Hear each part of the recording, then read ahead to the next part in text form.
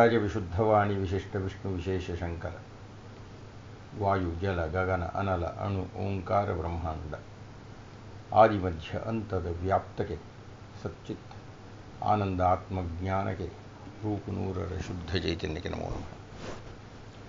ಮಹಾಭಾರತದ ಆತ್ಮೀಯ ಪ್ರೇಕ್ಷಕರೇ, ವೀಕ್ಷಕರೇ, ವಿಮರ್ಶಕರೇ, ಆಸಕ್ತರೇ, ಒಂದು ಅರ್ಥದಲ್ಲಿ ಮಹಾಭಾರತದ ಅರ್ಧ ಭಾಗ ಮುಕ್ತಾಯ ಆಗಿದೆ. ಒಂದು ಅರ್ಥದಲ್ಲಿ, ವಿಶಾಲವಾದ ಅರ್ಥದಲ್ಲಿ ಕಾಲಭಾಗ ಮುಖ್ಯವಾಗಿರತಕ್ಕಂಥದ್ದು ಮುಕ್ತಾಯ ಆಗಿದೆ. ಅದರ ಅರ್ಥ ಏನಪ್ಪ ಅಂದರೆ, ಇರೋದು 18 ಪರ್ವಗಳು. ಸಾಮಾನ್ಯವಾಗಿ ಧರ್ಮರಾಜನಿಗೆ ಪಟ್ಟಾಭಿಷೇಕ ಆಗತಕ್ಕಂಥ ಘಟ್ಟದ ತನಕ ಪ್ರಚಲಿತವಾಗಿರತಕ್ಕದ್ದು.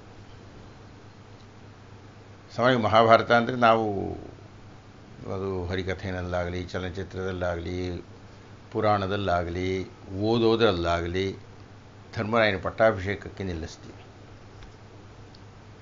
ಅದಾದ ಮೇಲೂ 8 ಪರ್ವಗಳಿದೆ. ಆದರೆ ಅದಷ್ಟು ಅಧ್ಯಯನಶೀಲವಾಗಿಲ್ಲ. ಮುಂದುವರೆತಕ್ಕಂಥ ಸ್ತ್ರೀ ಪರ್ವ ಇರ್ಬೋದು, ಶಾಂತಿ ಪರ್ವ ಇರಬಹುದು, ಮೌಸಲ ಪರ್ವ ಇರಬಹುದು, ಕೊನೆಗೆ ಸ್ವರ್ಗಾರೋಹಣ ಪರ್ವದ ತನಕ ಇದೆ. ಆದರೆ ಅದು ಕಾವ್ಯಮಯವಾಗಿ ನಮ್ಮಲ್ಲಿಲ್ಲ. ಶ್ರೀಮದ್ ಮಹಾಭಾರತದಲ್ಲಿದೆ.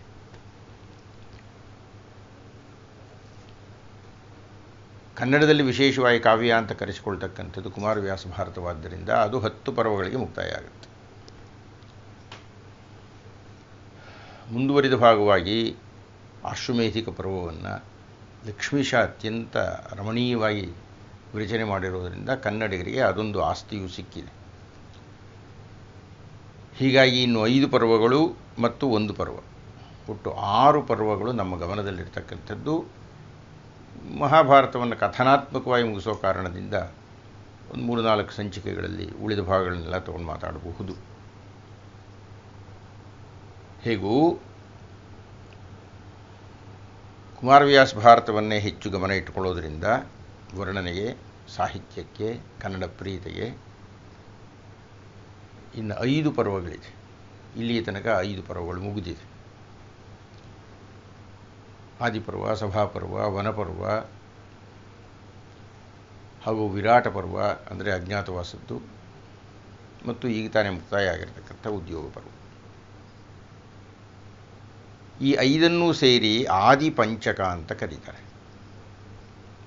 ಉಳಿದದ್ದು ಅಂದರೆ ಭೀಷ್ಮ ಪರ್ವ, ದ್ರೋಣ ಪರ್ವ, ಕರ್ಣಪರ್ವ, ಶಲ್ಯಪರ್ವ, ಗದಾಪರ್ವ. ಈ 5 ಯುದ್ಧ ಪಂಚಕ ಅಂತ ಕರೀತಾರೆ. ಕಥೆಯ ದೃಷ್ಟಿಯಿಂದ ಇಲ್ಲಿಯ ತನಕ ಇರತಕ್ಕಂಥದ್ದು ವಿಶೇಷವಾಗಿ ಕಥನಾತ್ಮಕವಾಗಿರತಕ್ಕಂಥದ್ದು ಉದ್ಯೋಗ ಪರ್ವದ ಕೊನೆಯ ತನಕ. ಉಳಿದ 5 ಪರ್ವಗಳು ಯುದ್ಧ ಯುದ್ಧ ಯುದ್ಧ ಯುದ್ಧದಲ್ಲಿ ಅಭಿಪ್ಸೆ ಹೊಂದಿರತಕ್ಕಂಥವರಿಗೆ ಅತ್ಯಂತ ವೈವಿಧ್ಯಮಯವಾಗಿರತಕ್ಕಂಥ ಯುದ್ಧಗಳು, ಅಲ್ಲಿ ಪ್ರಯೋಗಿಸ್ತಕ್ಕಂಥ ಬೈಗಳು, ಅಲ್ಲಿ ಒಂದು ಯುದ್ಧ ಮತ್ತೊಂದು ಯುದ್ಧದಂತೆ ಇಲ್ಲದೇ ಇರತಕ್ಕಂಥದ್ದು, ಇದೆಲ್ಲ ತುಂಬ ರೋಚಕವಾಗಿರುತ್ತೆ. ಆದರೆ ಸಾಧಾರಣ ಪ್ರೇಕ್ಷಕರಿಗೆ, ಕಥೆಯನ್ನೋ ವರ್ಣನೆಯನ್ನೋ ಬಯಸ್ತಕ್ಕಂಥ ಪ್ರೇಕ್ಷಕರಿಗೆ, ಕಾವ್ಯವನ್ನು ಅಧ್ಯಯನ ಮಾಡತಕ್ಕಂಥವರಿಗೆ ಯುದ್ಧ ಪಂಚಕದಲ್ಲಿ ಅಷ್ಟೊಂದಿಲ್ಲ. ಇಲ್ಲ ಅಂತಲ್ಲ, ಅಷ್ಟೊಂದಿಲ್ಲ. ಯಾಕಂದರೆ ಯುದ್ಧವೇ ಪ್ರಧಾನವಾದ್ದರಿಂದ. ಯುದ್ಧಸ್ಯ ವಾರ್ತಾರಮ್ಯ ಅಂತ ಒಂದು ಮಾತಿದೆ ನಮ್ಮಲ್ಲಿ.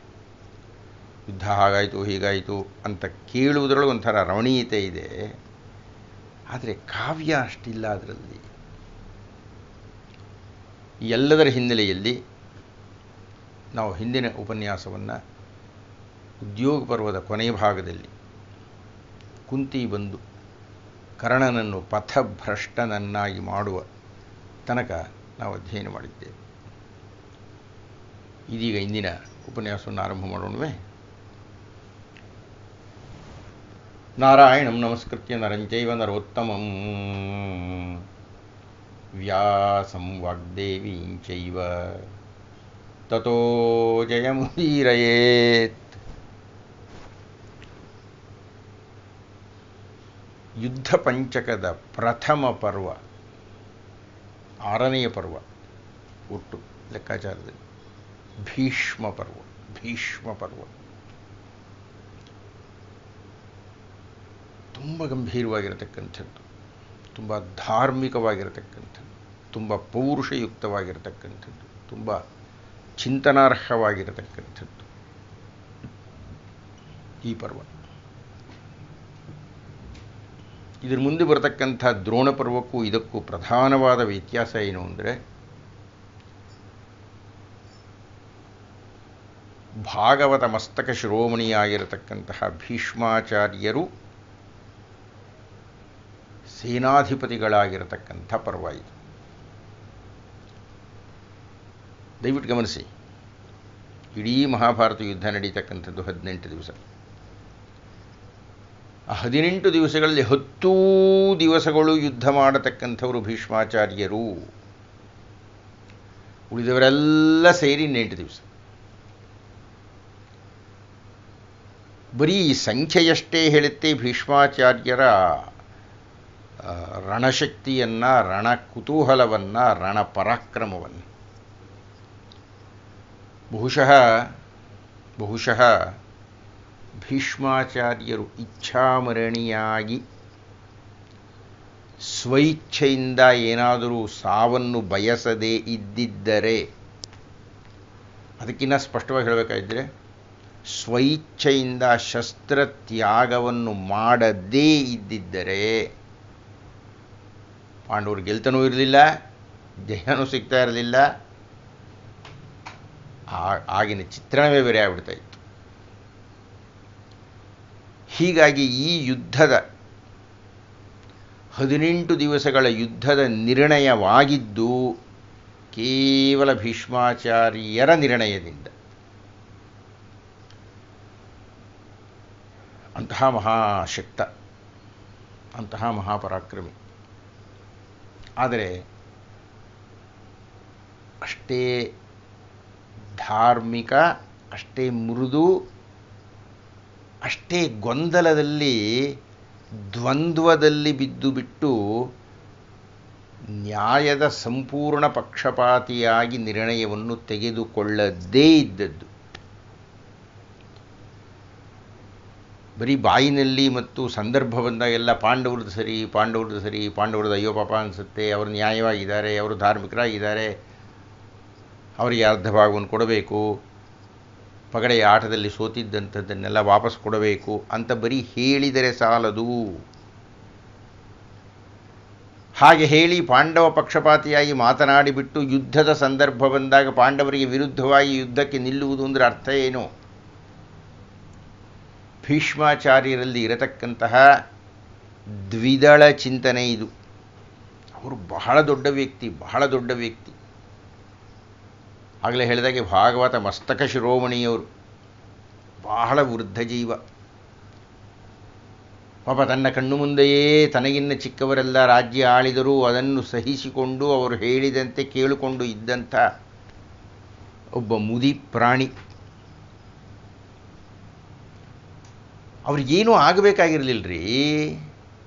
ಧೃತರಾಷ್ಟ್ರ ಹೇಳಿದಾಗೋ ಕೌರವ ಹೇಳಿದಾಗೋ ಕೇಳಬೇಕಾಗೇನೂ ಇರಲಿಲ್ಲ ಭೀಷ್ಮಾಚಾರ್ಯರಿಗೆ. ಭೀಷ್ಮಾಚಾರ್ಯರು ನನಗೆ ಅರ್ಥ ಆಗ್ತಾ ಇಲ್ಲ, ನಾನು ಉಪ್ಪು ತಿಂದು ಬಿಟ್ಟಿದ್ದೇನೆ, ನಾನು ಆ ಸಿಂಹಾಸನಕ್ಕೆ ಋಣಿಯಾಗಿರಬೇಕಾಗಿದೆ ಅಂತ ಯಾವ ಕಾರಣ ಕೊಡ್ತಾ ಇದ್ದಾರೆ ಅನ್ನೋದಕ್ಕೆ ಅರ್ಥ ಇಲ್ಲ ನನಗೆ. ಅವ್ರದ್ದೇ ಸಿಂಹಾಸನ ಅದು, ಅವರು ಕುಳಿತು ಬಿಟ್ಟದ್ದು ಅಥವಾ ಬೇಡ ಅಂತ ಹೇಳಿಬಿಟ್ಟದ್ದು. ತನಗಿನ್ನ ಚಿಕ್ಕವರು, ತನಗಿನ್ನ ಕೈ ಕೆಳಗಿನವರು ಅದು ಕೂತ್ಕೊಳ್ತಾ ಇದ್ದಾರೆ. ನಾನು ಆ ಸಿಂಹಾಸನವನ್ನು ರಕ್ಷಣೆ ಮಾಡ್ತೀನಿ ಅಂತ ಇವರು ಹೇಳಿದ್ದಾರೆ. ಆ ರಕ್ಷಣೆ ಮಾಡಬೇಕಾಗಿದ್ದಾಗ ನ್ಯಾಯಯುತವಾಗಿ ರಕ್ಷಣೆ ಮಾಡಬೇಕು ತಾನೆ, ಧರ್ಮಯುತವಾಗಿ ರಕ್ಷಣೆ ಮಾಡಬೇಕು ತಾನೆ ಆ ಸಿಂಹಾಸನವನ್ನು. ಆ ಸಿಂಹಾಸನದಲ್ಲಿ ಕುಳಿತವರು ಅಧಾರ್ಮಿಕರಾಗಿದ್ದಾಗಲೂ ನೀವು ರಕ್ಷಣೆ ಮಾಡ್ತಾ ಇದ್ದೀರಿ ಅಂದರೆ ನೀವು ಅಧರ್ಮವನ್ನು ರಕ್ಷಿಸುತ್ತಿದ್ದೀರಿ ಅಂತ ಅರ್ಥ. ಆದ್ದರಿಂದ ಭೀಷ್ಮಾಚಾರ್ಯರು ವಂದನೀಯರಾದರೂ, ಗೌರವಾರ್ಹರಾದರೂ, ಅತ್ಯಂತ ಉನ್ನತದ ಮಹಾನ್ ವ್ಯಕ್ತಿಯಾದರೂ ಆ ವ್ಯಕ್ತಿತ್ವಕ್ಕೆ ಅನುಗುಣವಾಗಿ ತೀರ್ಮಾನವನ್ನು ತೆಗೆದುಕೊಳ್ಳಲಿಲ್ಲ.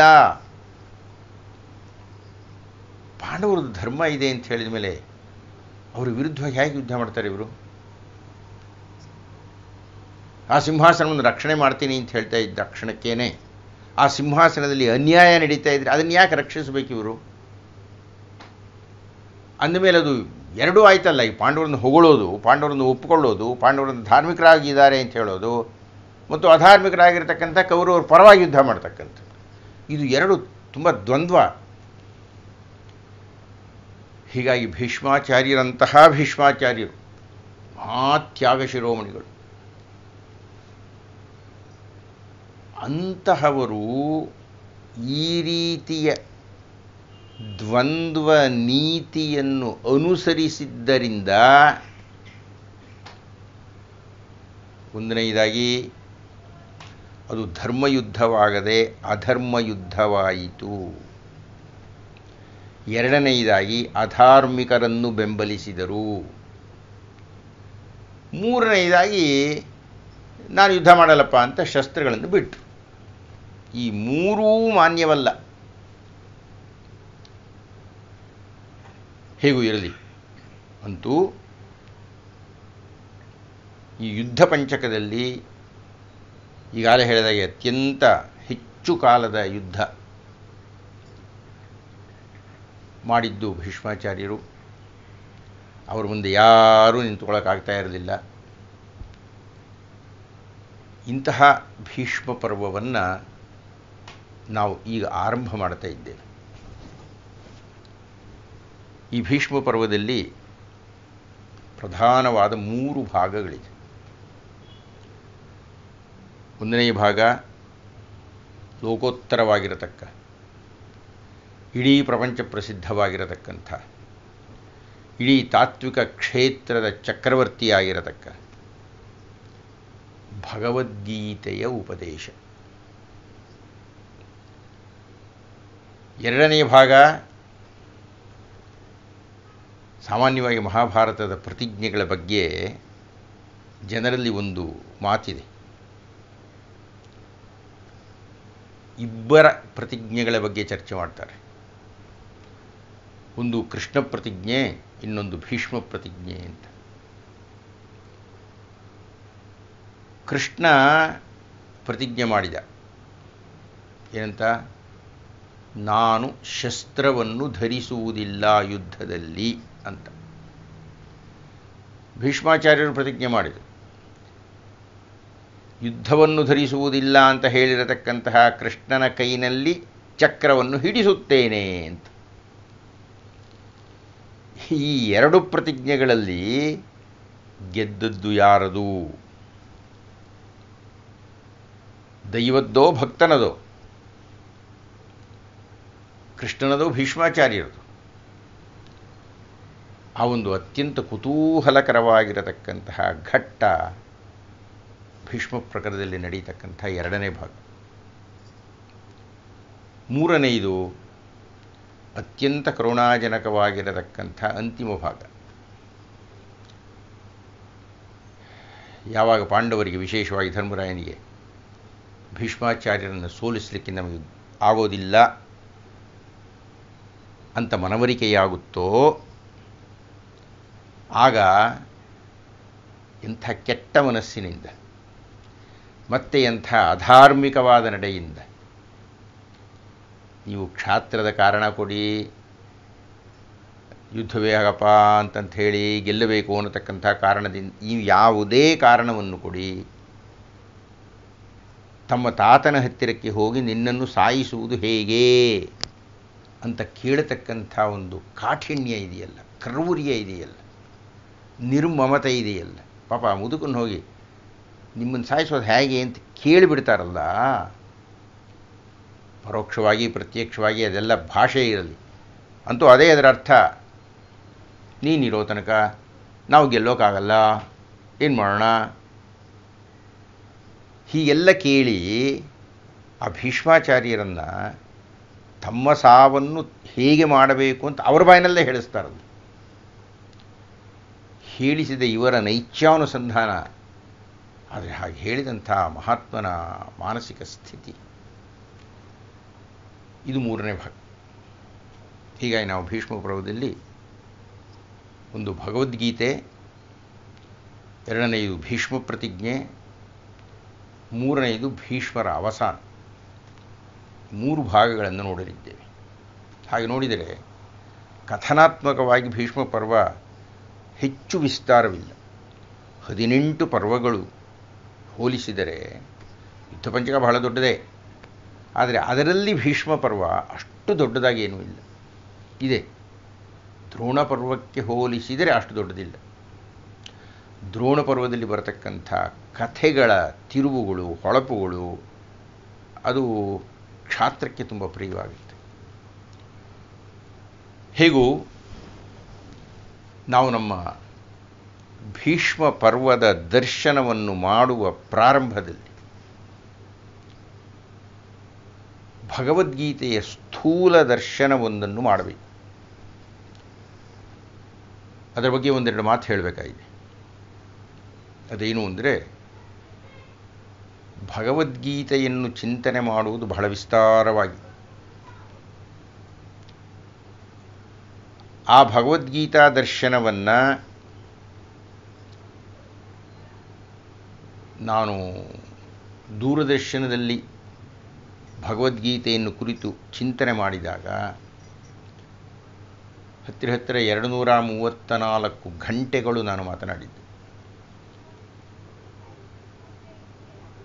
ಅಂದರೆ ಈ ಮಹಾಭಾರತವನ್ನು ಚಿಂತನೆ ಮಾಡ್ತಾ ಇದ್ದಾಗ ಭಗವದ್ಗೀತೆಯನ್ನು ಅದರ ಜೊತೆಗೆ ಸೇರಿಸಿ ಮಾಡತಕ್ಕಂಥದ್ದು ಬಹಳ ಭಾರವಾದ ವಿಷಯ.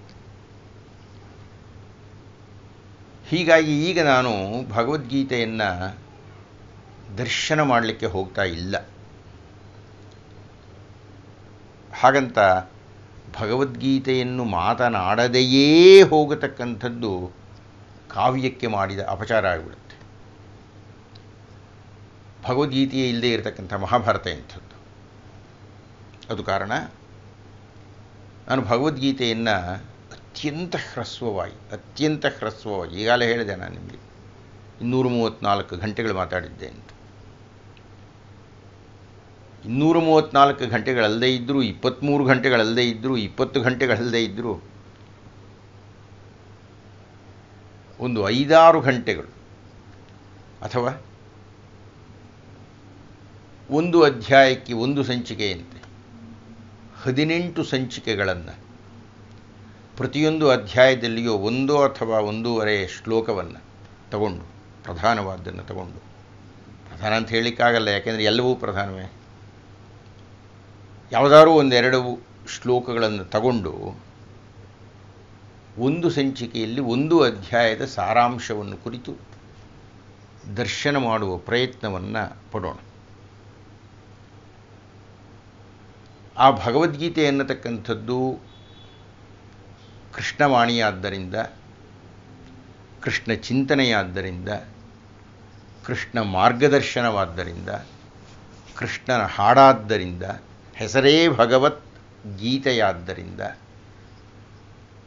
ಅದಕ್ಕೆ ಭಾರತೀಯ ಚಿಂತನೆಯಲ್ಲಿ ಬಹಳ ದೊಡ್ಡ ಸ್ಥಾನ ಇದೆ.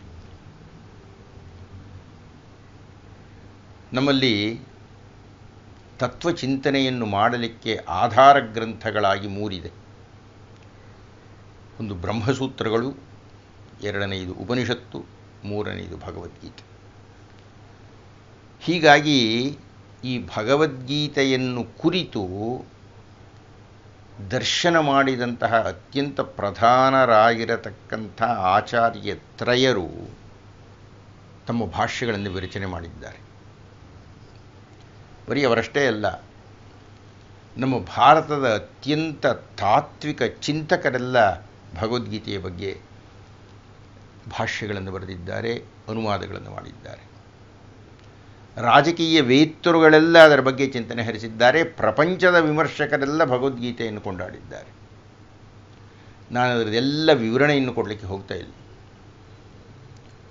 ಅಂತೂ ಭಗವದ್ಗೀತೆ ಅನ್ನತಕ್ಕಂಥದ್ದು ಪ್ರಪಂಚಕ್ಕೆ ಭಾರತ ಕೊಟ್ಟಂತಹ ತಾತ್ವಿಕ ಕೊಡುಗೆ. ಪ್ರಪಂಚದಲ್ಲಿ ಸಾಕಷ್ಟು ತಾತ್ವಿಕ ಗ್ರಂಥಗಳಿದೆ. ಆ ತಾತ್ವಿಕ ಗ್ರಂಥಗಳ ರಾಜನಾಗಿ ಗೌರೀಶಂಕರದಲ್ಲಿ ವಿರಾಜಮಾನವಾಗಿರತಕ್ಕದ್ದು ಭಗವದ್ಗೀತೆ.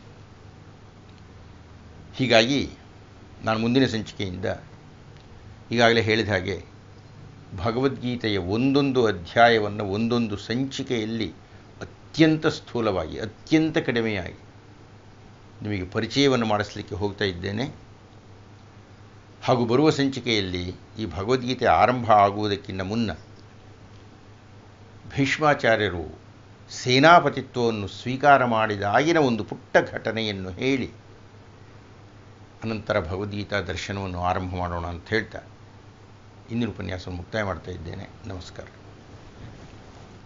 ವೇದಪಾರಾಯಣದ ಫಲ ಗಂಗಾದಿ ತೀರ್ಥಸ್ನಾನ ಫಲ ಕೃಚ್ಛ್ರಾದಿ ತಪಸಿನ ಫಲ ಉಜ್ಯೋತಿಷ್ಠೋಮಯಾಗ ಫಲ ಮೇದಿನಿಯನು ಒಲಿದಿತ್ತ ಫಲ ವಸ್ತ್ರಾದಿ ಕನ್ಯಾದಾನ ಫಲಬಹುದು ಆಧರಿಸಿ ಭಾರತದೊಳೊಂದಕ್ಷರವ ಕೇಳ್ದರಿಗೆ